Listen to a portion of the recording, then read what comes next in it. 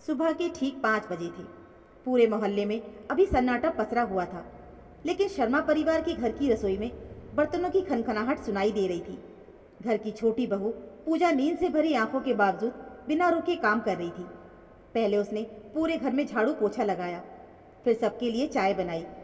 उसके बाद ससुर की दवा समय पर दी और अब वो नाश्ता और दोपहर का खाना एक साथ तैयार कर रही थी। पूजा की शादी को अभी सिर्फ 8 महीने ही हुए थे। उसने सोचा था कि शादी के बाद उसे एक नया परिवार मिलेगा, जहां उसे बेटी जैसा प्यार मिलेगा, लेकिन उसकी किस्मत कुछ और ही लिख कर लाई थी। उसकी सास कल्पना देवी बहुत ही गुस्सैल स्वभाव की थी। उन्हें पूजा का कोई भी काम पसंद नहीं आता था, चाहे बहू दिन रात मेहनत करे। उन्हें हमेशा कोई ना कोई कमी दिखाई देती थी। उस सुबह भी पूजा रसोई में खड़ी रोटियां बेल रही थी, गैस पर दाल पक रही थी, दूसरी तरफ सब्जी तैयार हो रही थी। उसके माथे से पसीना टपक रहा था, लेकिन वो बिना रुके काम करती ही जा रही थी। तभी गुस्से से भरे कदमों की आवाज आई। कल्पना देवी तेजी से रसोई में दाखिल हुई। उन्होंने देखा कि आखिरी रोटी अभी भी तवे पर थी। अभी तक खाना तैयार नहीं हुआ, उन्होंने ऊंची आवाज में कहा। पूजा ने घबराकर जवाब दिया, माँ जी बस 2 मिनट, आखिरी रोटी बन रही है। इतना सुनते ही कल्पना देवी का गुस्सा 7वें आसमान पर पहुंच गया। उन्होंने पीछे से पूजा की बाल कसकर पकड़ लिए। पूजा दर्द से चीख उठी, महारानी तेरे 2 मिनट अभी खत्म नहीं होते। इसके बाद उन्होंने पूजा की गाल पर एक जोरदार थप्पड़ मार दिया। पूजा की आंखों से आंसू बहने लगी।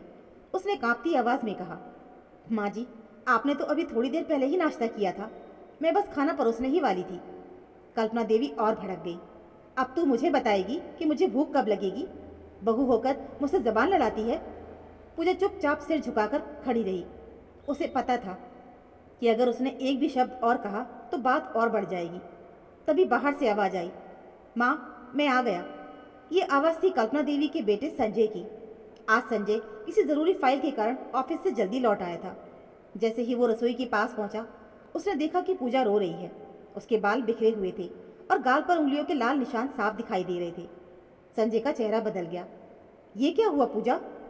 पूजा कुछ बोल पाती उससे पहले कल्पना देवी ही बोली, कुछ नहीं हुआ, कामचोर है, मैंने सिर्फ डांटा है। संजय ने पूजा की तरफ देखा। उसकी आंखें सब कुछ बता रही थी। सच बताओ, पूजा ने धीरे से कहा। कुछ नहीं, मेरी ही गलती थी। संजय समझ गया कि पूजा डर के कारण सच नहीं बोल रही। उसने शांत स्वर में कहा, माँ अगर गलती थी भी तो मारने की क्या जरूरत थी? कल्पना देवी गुस्से से बोली, आज तो अपनी बीवी के लिए अपनी माँ से सवाल करेगा? संजय ने सम्मान से कहा, मैं सिर्फ इतना कह रहा हूँ कि किसी को अपमानित करना ठीक नहीं। ये सुनते ही कल्पना देवी ने गुस्से में थाली जमीन पर फेंक दी। अगर बहू इतनी ही प्यारी है तो इसे लेकर अलग घर चला जा। पूरा घर सन्न रह गया। उसी समय संजय के पिता राम प्रकाश जी कमरे से बाहर आए। उन्होंने टूटे हुए बर्तन और रोती हुई पूजा को देखा। ये सब क्या हो रहा है? कल्पना देवी बोली, अपने बेटे से पूछिए, अब इसे माँ नहीं बीवी ज़्यादा प्यारी लगती है।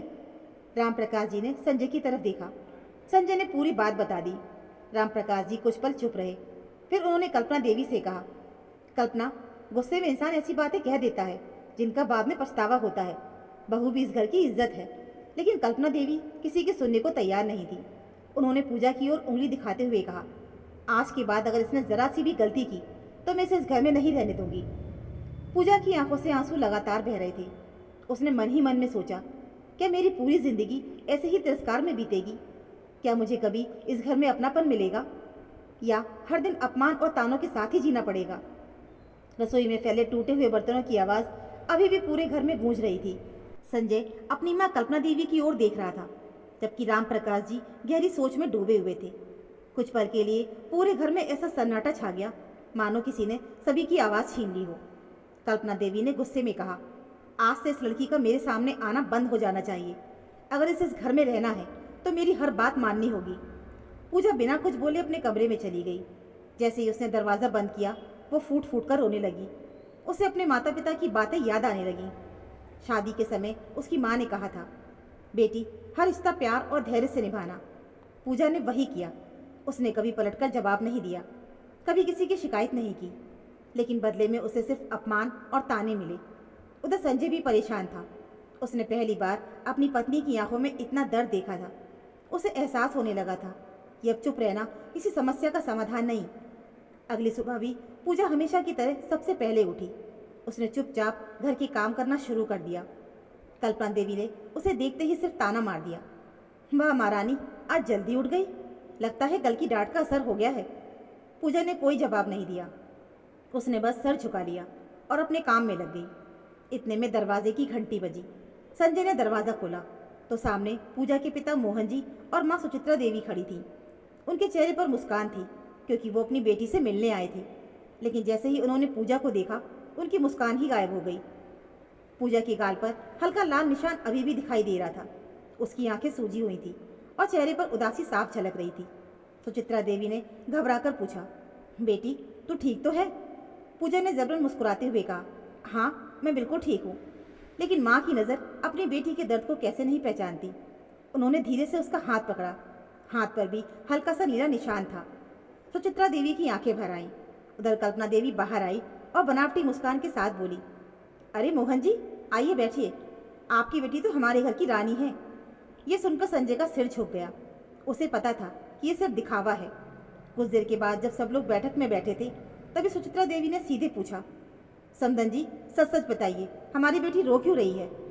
कल्पना देवी ने तुरंत जवाब दिया, अरे बहन जी, नई बहू होती ही ऐसी है, छोटी छोटी बातों पर रूठ पड़ती है। तभी संजय अचानक बोल पड़ा, नहीं माँ, अब सब छिपाना ठीक नहीं। कमरे में बैठे सभी लोग संजय की ओर देखने लगे। संजय ने शांत आवाज में पूरी घटना बता दी, कैसे रसोई में गुस्से में बाल खींचे गए, कैसे थप्पड़ मारा गया और कैसे रोज रोज ताने दिए जाते थे। ये सुनते ही मोहन जी की आंखें नम हो गईं। उन्होंने अपनी बेटी की तरफ देखा। पूजा अभी भी चुप थी। मोहन जी ने कहा, बेटी तूने कभी हमें बताया क्यों नहीं? पूजा बोली, पिताजी मैं नहीं चाहती थी कि आप लोग परेशान हो। मैं सोचती रही कि शायद एक दिन सब कुछ ठीक हो जाएगा। इतना सुनते ही राम प्रकाश जी अपनी कुर्सी से गुस्से में खड़े हो गए और कल्पना जी पर चिल्लाते हुए बोले, कल्पना अब बहुत हो गया। बहू ने कभी किसी की शिकायत नहीं की, फिर भी तुमने उसके साथ ऐसा व्यवहार किया। लेकिन कल्पना देवी का गुस्सा अभी भी कुछ कम नहीं हुआ था। उन्होंने कहा, सब लोग मुझे ही गलत साबित कर रहे हैं, किसी को मेरी मेहनत नहीं दिखती। मैंने इस घर को संभाला है। राम प्रकाश जी शांत स्वर में बोले, घर संभालने और किसी का दिल तोड़ने में बहुत फर्क होता है। इतने में पड़ोस की मीना चाची किसी काम से घर आ गई। उन्होंने माहौल देखा तो पूछा, क्या बात है?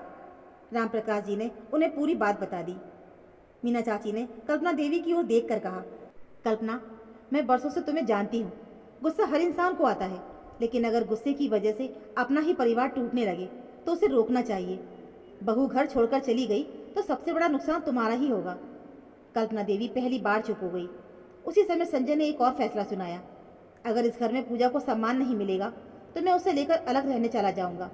मैं माँ का अनादर नहीं करना चाहता, लेकिन अपनी पत्नी के साथ अन्याय भी नहीं होने दूंगा।